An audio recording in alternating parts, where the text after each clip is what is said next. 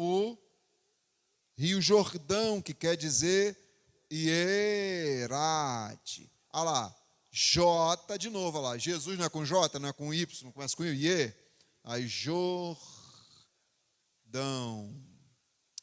Jordão, isso mesmo. Jordão, que quer dizer aquele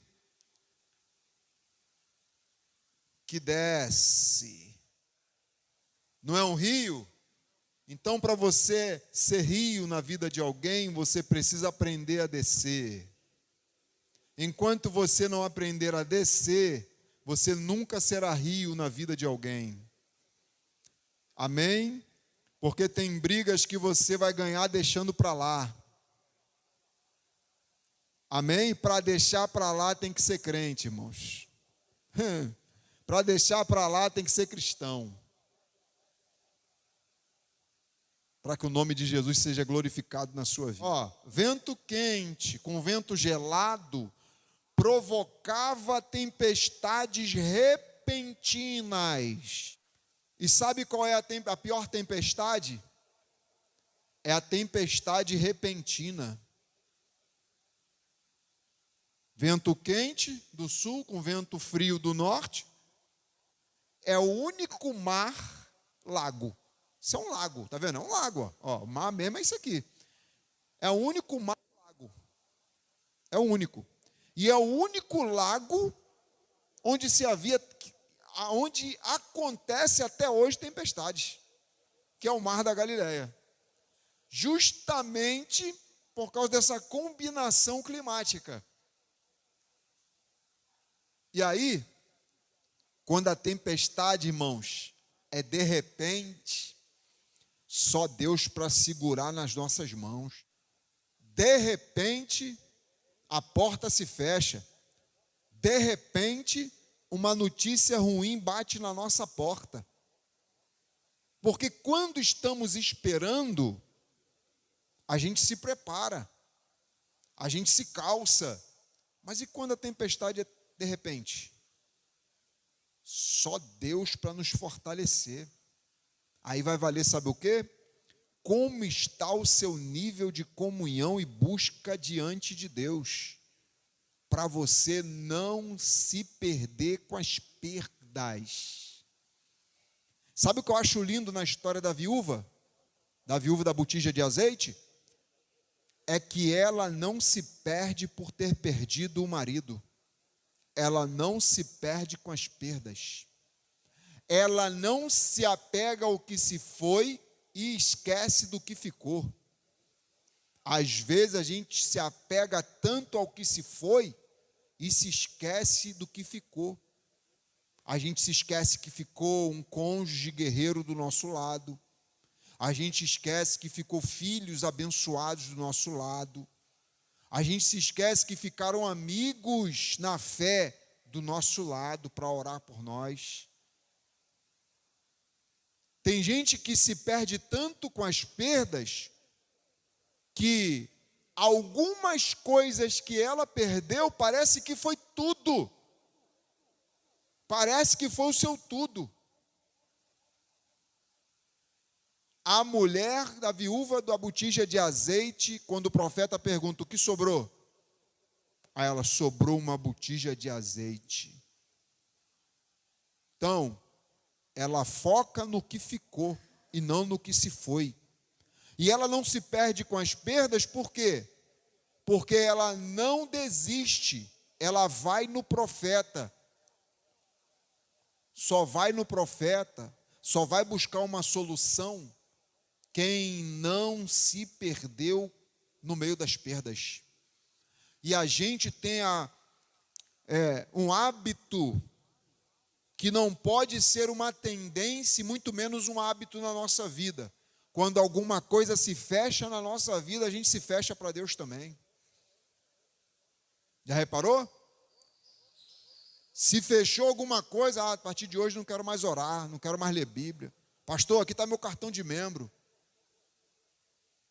Ana teve a madre fechada, mas ela não se fechou para Deus. Apesar da madre de Ana estar fechada, ela não se esqueceu do caminho da oração, ela continuou indo para a igreja.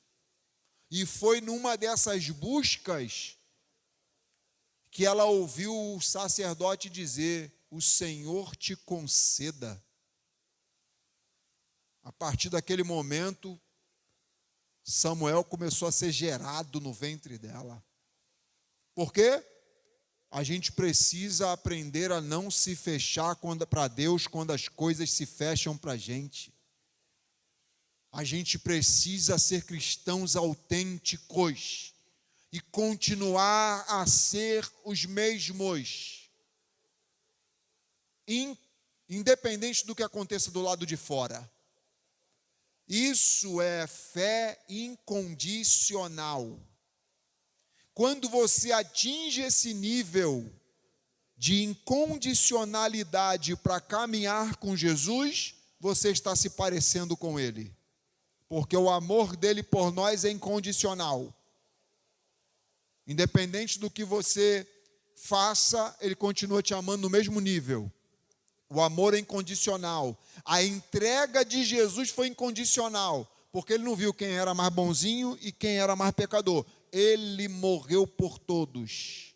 E quando você decide que a fé é um caminho sem volta, por que a fé é um caminho sem volta? Porque caminhar com Cristo não é o mesmo que receber a proposta de uma segunda opção. Tipo assim, não deu certo, a gente volta. Não deu certo, a gente desiste. Não saiu conforme a gente imaginou, conforme a gente planejou, a gente larga Jesus, a gente pula do barco. É igual os discípulos no caminho de Emaús. Na mente deles, já era o terceiro dia. Na mente deles, Jesus morreu. Então, já que Jesus morreu e a gente fazia planos de ver ele como um estrategista militar, um libertador de Roma, e não foi conforme a gente imaginou, ele está morto, a gente volta. Só que aconteceu uma intervenção divina. Jesus ressuscitado entrou no meio deles. Sabe o que é isso aqui? O nome disso aqui é intervenção divina. É Deus intervindo no seu caminho para te tirar do teu caminho e colocar no caminho dele de novo. O nome disso é intervenção divina, que age através da misericórdia do Senhor para com nossa vida. Então a fé é um caminho incondicional e sem volta.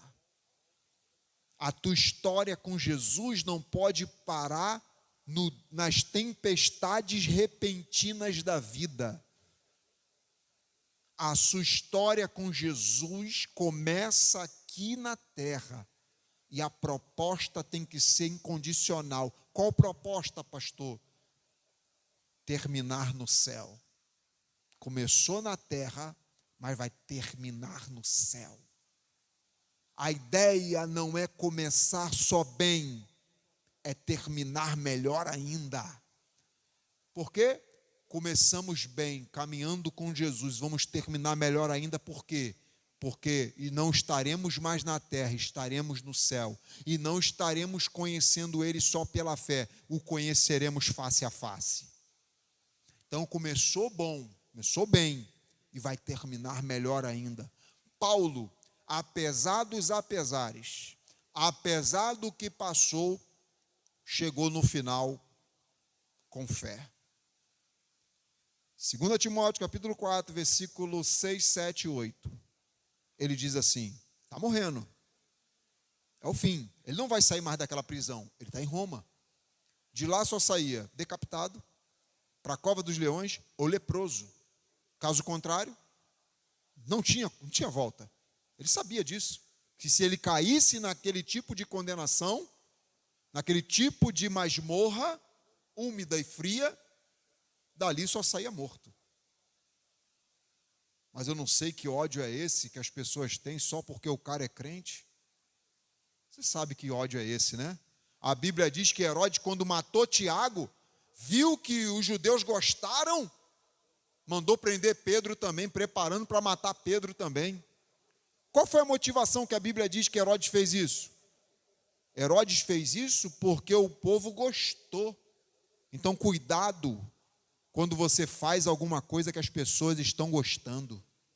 Cuidado quando você faz alguma coisa para agradar alguém. Amém? As palavras do Evangelho não vão ser boas aos ouvidos, vão ser cura para os corações. Tem gente que não gosta do que você fala a respeito de Deus, só que é ruim de ouvir, mas está entrando no coração. E coração de pedra não se quebra facilmente. Coração de pedra não se quebra da noite para o dia. Corações de pedras são vencidos aos poucos. Vai quebrando aquela casca de pedra até aparecer o coração de carne. Oh, glória! Amém, irmãos? É por isso que você não pode se intimidar quando você fala de Deus para alguém. É por isso. A pessoa vai virar até teu inimigo, mas lá na frente, quando o coração virar de carne, vai ser um dos teus melhores amigos. São pessoas que vão te defender na sua ausência. Não, fala isso do pastor Hamilton, não. Ele estendeu a mão para mim quando todo mundo deu as costas. Ele falou de Deus para mim quando eu não gostava de ouvir nada sobre Deus. Está entendendo, irmãos? Então é isso, irmãos. Essa é a proposta. A tempestade veio de repente, mas de repente também veio o derramamento do Espírito Santo em Atos 2. Está escrito lá. E de repente veio um som de um vento impetuoso e veemente, e se viu línguas repartidas como de fogo. Se as tempestades da vida vêm de repente, o amor, a presença e o livramento de Deus também acontece de repente. E de repente não é do nada.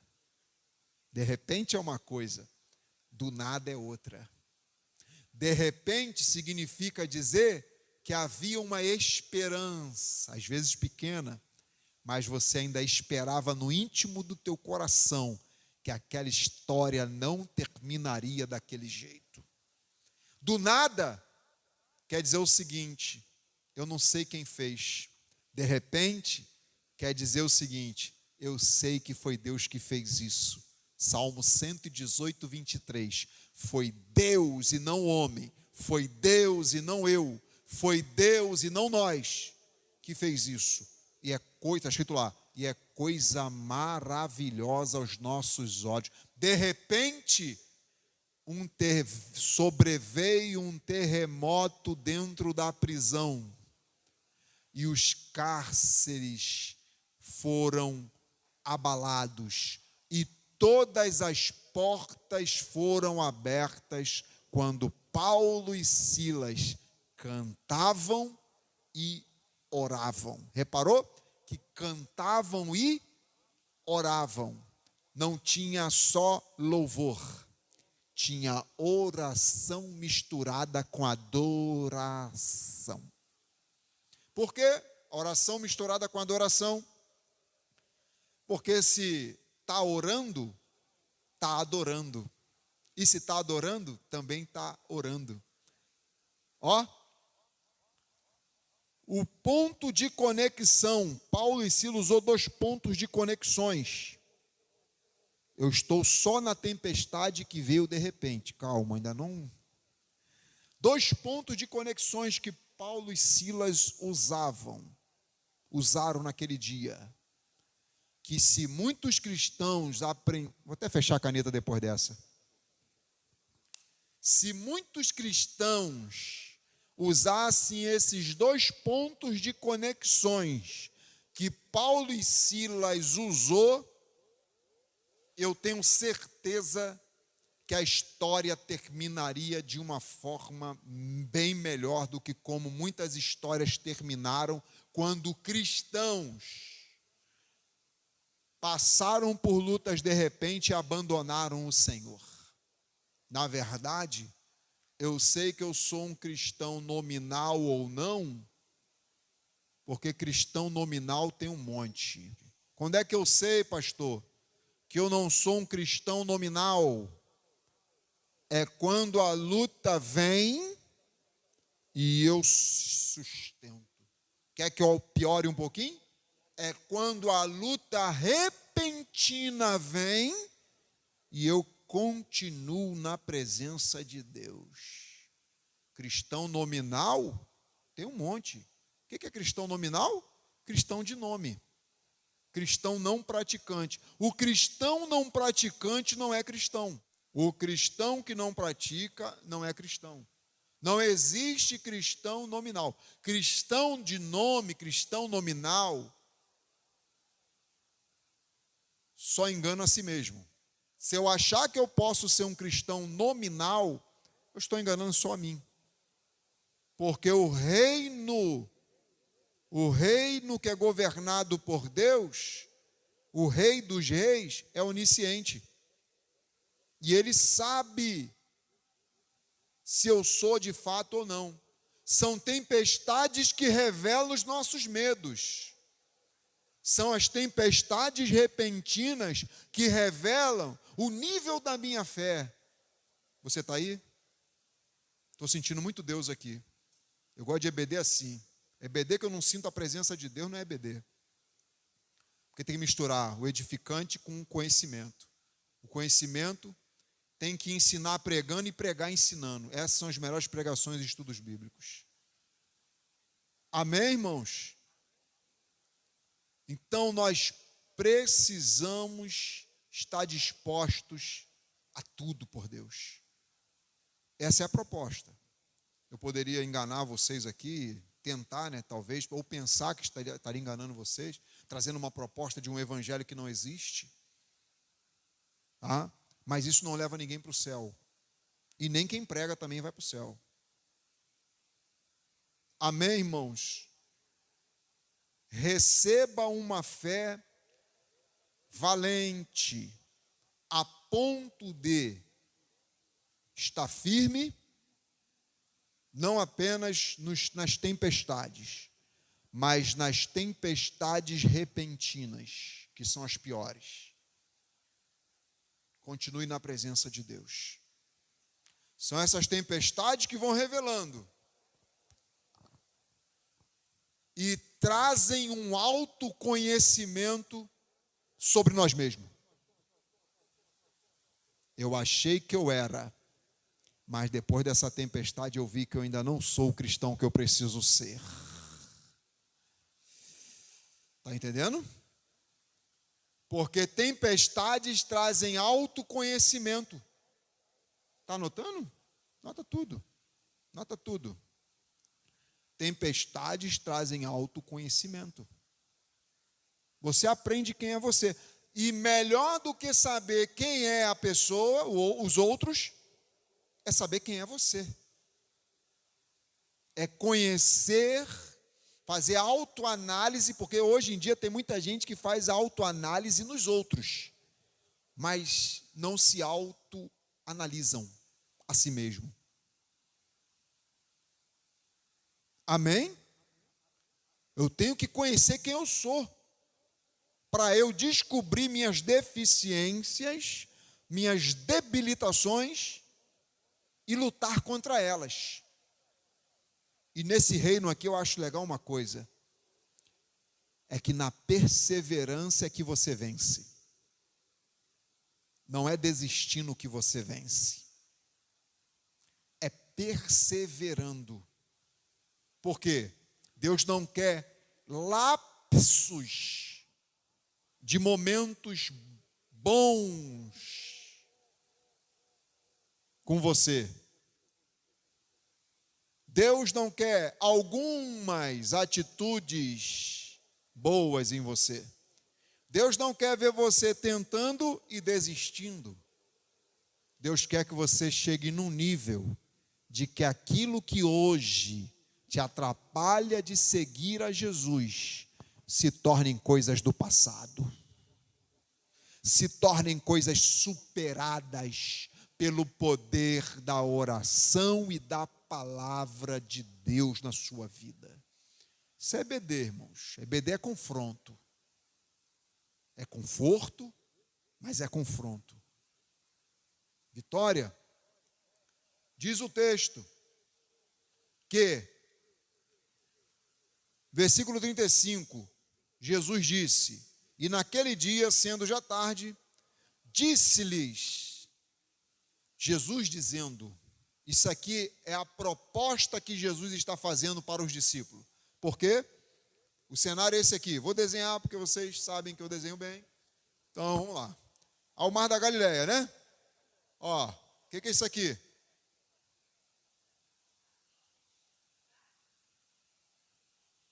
Ó, barcos. Parece ter um navio, né? Desenhei muito mais do que um barco agora. Um navio. Ó, Jesus está na beira, dando instrução de dentro do barco para a multidão. Esse é o cenário.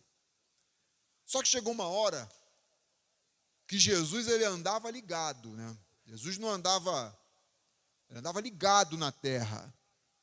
E ele recebe uma direção de Deus diferente.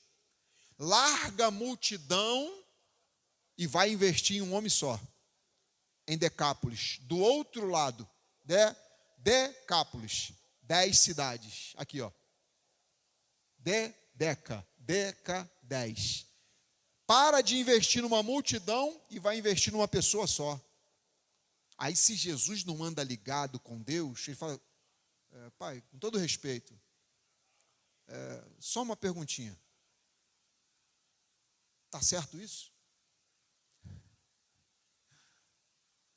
Largar, Francine, uma multidão, puxa, está sendo mais produtivo aqui. Aí Deus, vai para o outro lado. Se é eu, Hamilton, fala, Senhor, não estou entendendo nada. Está vendo que se você for tentar entender, ao invés de tentar obedecer, vai dar problema? O nosso problema é que a gente, às vezes, quer primeiro entender para depois obedecer. Só que a proposta do evangelho é que você obedeça primeiro, que no final tu vai entender tudo. Fica tranquilo.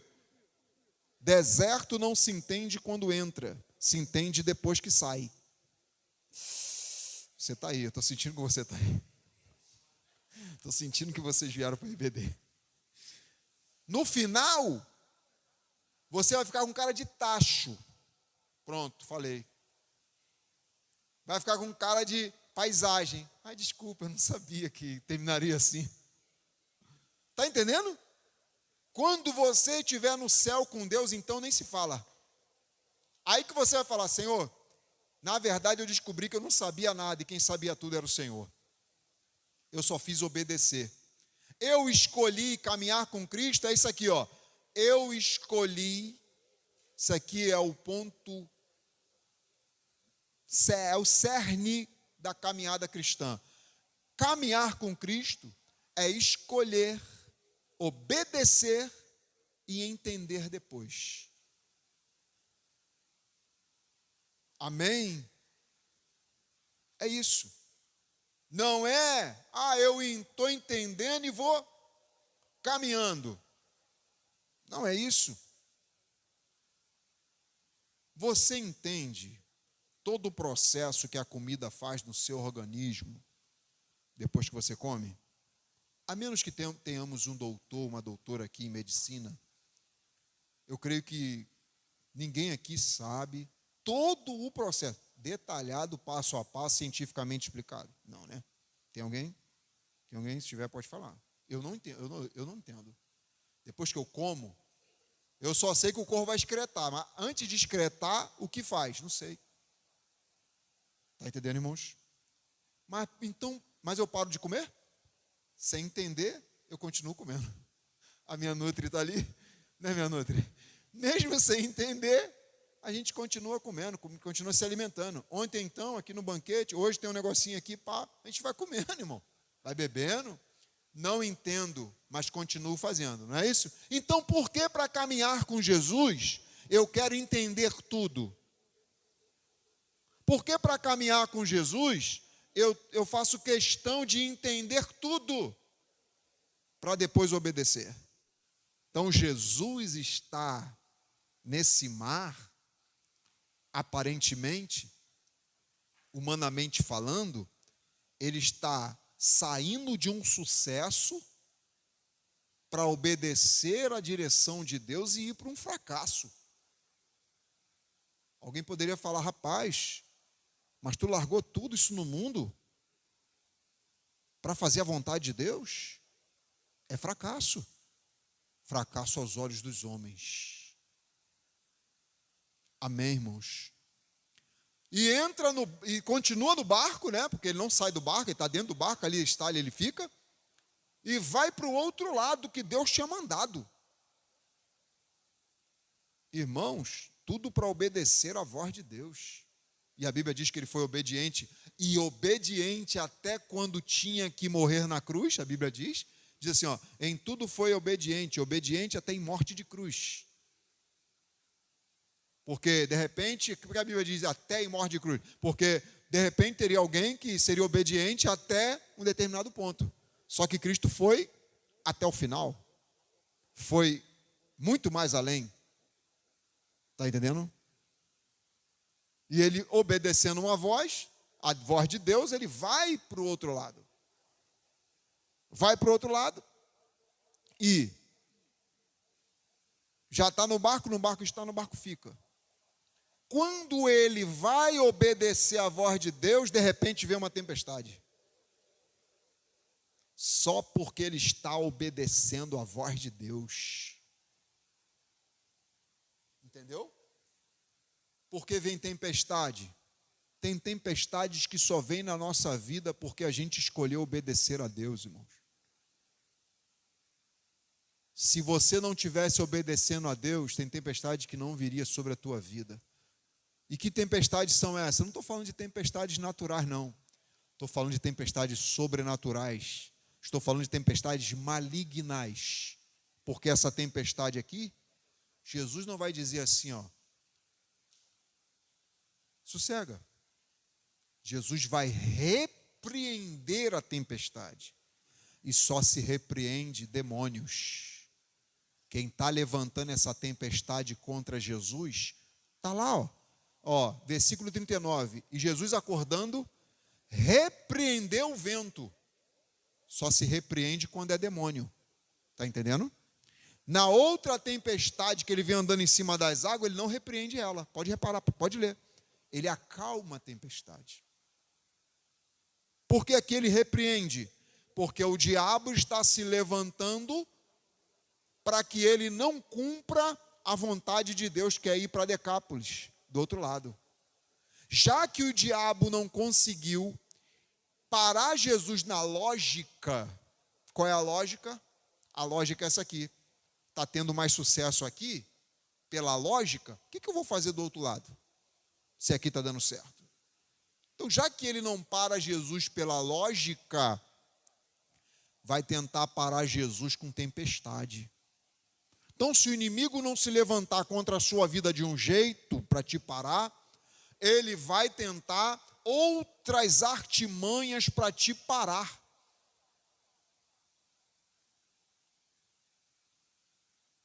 Está entendendo?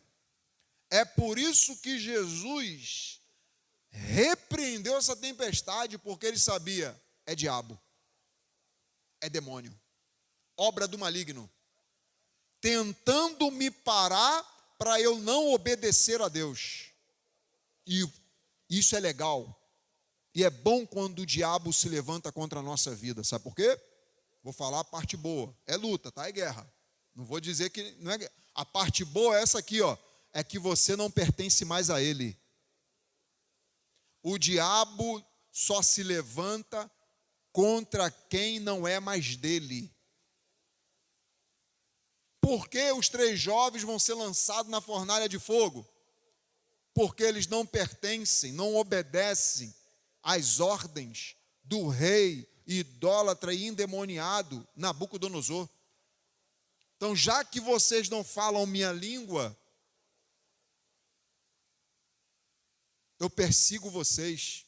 Já que vocês não falam a minha língua, eu retalho a vida de vocês para ver se, já que eu não consegui falando, se eu consigo fazer vocês desistirem retalhando. Por isso que Paulo falou, mas sobre todas essas coisas, somos mais do que vencedores. Aí Romanos 8,35, quem? Quem é porque não tem ninguém. Quando a Bíblia pergunta quem, é porque não tem ninguém. Quem nos separará do amor de Deus que está revelado em Cristo Jesus? A perseguição, a altura, a profundidade, a abundância, a fome. Em todas essas coisas, estamos preparados. Por amor de Cristo, somos entregues à morte todos os dias. Somos levados, Romanos 8, 35, 36, 37, 38, 39, como ovelhas mudas perante os seus tosqueadores. Mas em todas essas coisas, somos mais do que vencedores. Mais do que vencedor não é quando eu escolho viver do meu jeito. Mais do que vencedor é quando eu estou em Cristo Jesus. Estar em Cristo Jesus significa dizer que diante de todos os salvadores, de todos os possíveis heróis, eu escolho Cristo para ser o herói da minha vida. E ando conforme os seus passos, para que além dele ser o meu herói, eu seja discípulo dele também. Eu me identifico com ele. Não é falando, é renunciando. Eu me identifico com ele. Não é mostrando uma falsa aparência. É vivenciando Cristo na minha vida. Amém. Eu sei que essa palavra não dá ibope para quem perece.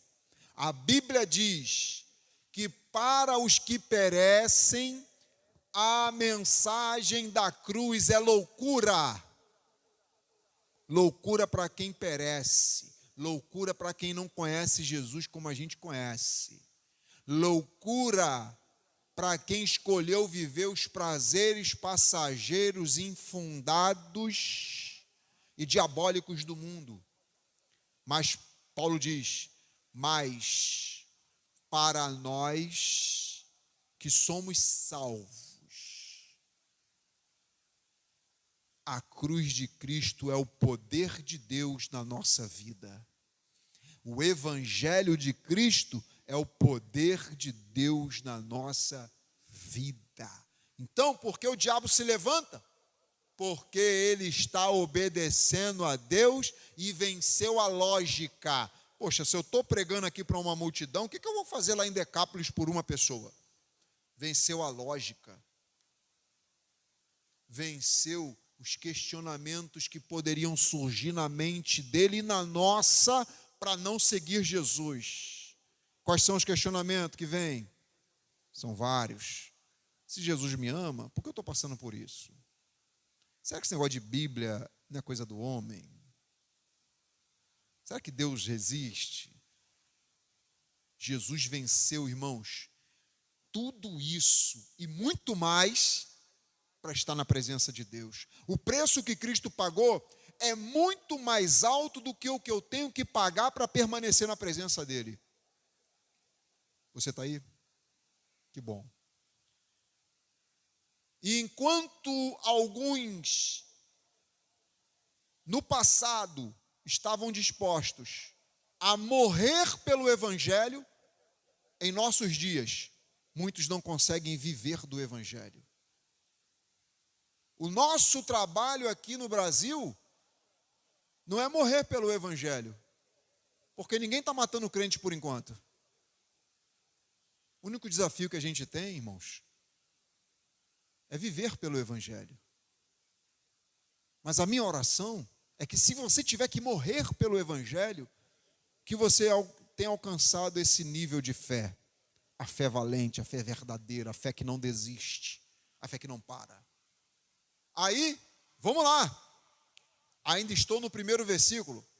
Jesus poderia fazer o seguinte, 3 coisas, olha só, hein? Como é que eu vou largar uma multidão para pregar para um cara endemoniado lá em Decápolis? Ó, mas ele foi. Obedeceu sem entender, venceu a lógica. Obedeceu sem entender. Olha o terceiro agora, que pegaria muito crente agora. Quer ver? Deus mandou sair daqui e ir para ali. Não é isso? Pregar em Decápolis. Só que veio uma tempestade. A tempestade é sinal de que não é da vontade de Deus que eu vá para lá e que eu fique aqui. Tem que estar muito ligado para seguir no propósito. Está vendo a importância de você continuar ligado, orando, lendo Bíblia? E é assim, irmão, não é dobrar o joelho pensando em levantar, não. Ai, meu Deus do céu, muita mensagem tem aqui, irmãos. Dobrar o joelho pensando em levantar. Tem gente orando assim. Dobrei o joelho, calma aí, mas já estou levantando já. Está entendendo? Sabe quem orou assim?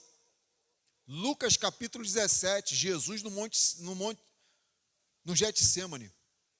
Jesus vai orar, Jesus deixa, Judas já tinha saído, tinha 11. 11 menos 3, 8. 8 no pé do monte. Tem que desenhar para vocês, tem uma aplicação maneira aqui. Ó, isso aqui é um monte. Monte Getsêmani. Monte Getsêmani. Jesus deixa 8 aqui, deixa 3 aqui e vem sozinho aqui orar. O que vocês estão vendo aí? Eu estou vendo o tabernáculo. Átrio do tabernáculo, santo lugar e o santo dos santos. Na sua oração você não pode ficar aqui. Você não pode ficar aqui, você tem que entrar no santo dos santos. Não tinha 3 lugares no tabernáculo? Átrio, onde ficava o altar e a pia de bronze. Lugar santo, que é onde entrava só o sacerdote. E no santo dos santos, onde entrava o sumo sacerdote. Por isso que a Bíblia diz, vocês são sacerdócio real de Deus. Porque a gente em Cristo, não por nós mesmos, mas por causa de Cristo, nós podemos chegar no ponto mais alto de acesso a Deus.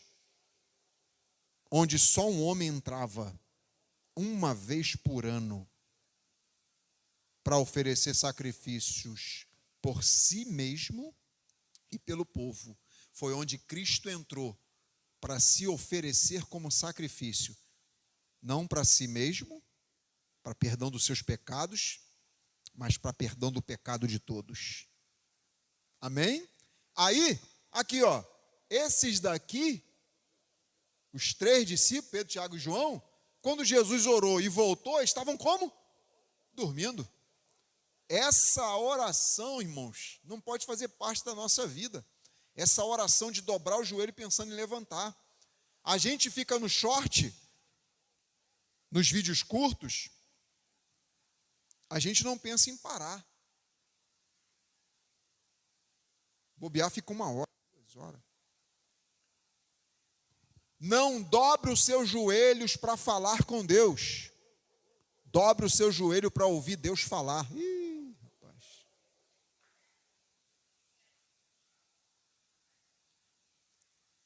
Oração gostosa? Essa aqui, ó. Dobro o joelho sem pressa de levantar e só levanto depois que eu ouvir Deus falar. Depois que eu sentir a presença dele na oração, anestesia tudo. Nem vontade de levantar dá mais. Tu fica derramado na presença. Isso é hábito. Calma. Pelo menos começa. Pelo menos tenta. É hábito. Vai chegar, é nível. Você vai chegar nesse nível. Mas pelo menos tenta. Porque hoje em dia, a Bíblia diz que Samuel disse o que para Deus? Quando ele ouviu a voz de Deus, ele não sabia. Depois que ele fosse sabendo que a voz era de Deus, ele, eis-me aqui, fala que eu escuto. Agora é assim, ó, os homens estão se achando tão importante que estão entrando na presença de Deus e falando assim, ó, estou aqui, escuta que teu servo vai falar, hein? E vou ter que terminar a aula, 58. Deus abençoe, meus irmãos. Semana que vem a gente continua. Não saímos do primeiro versículo ainda, né? Semana que vem a gente continua aqui em Jesus acalmando a tempestade. Deus abençoe, meus irmãos, e que tudo esteja bem com meus amados irmãos. À noite temos aquele culto abençoado e eu espero revê-los para juntos adorarmos a Deus. Paulo e Silas usou oração e adoração. Então, se você consegue usar oração e adoração nessa luta, você vai conseguir sair do outro lado. Vitória?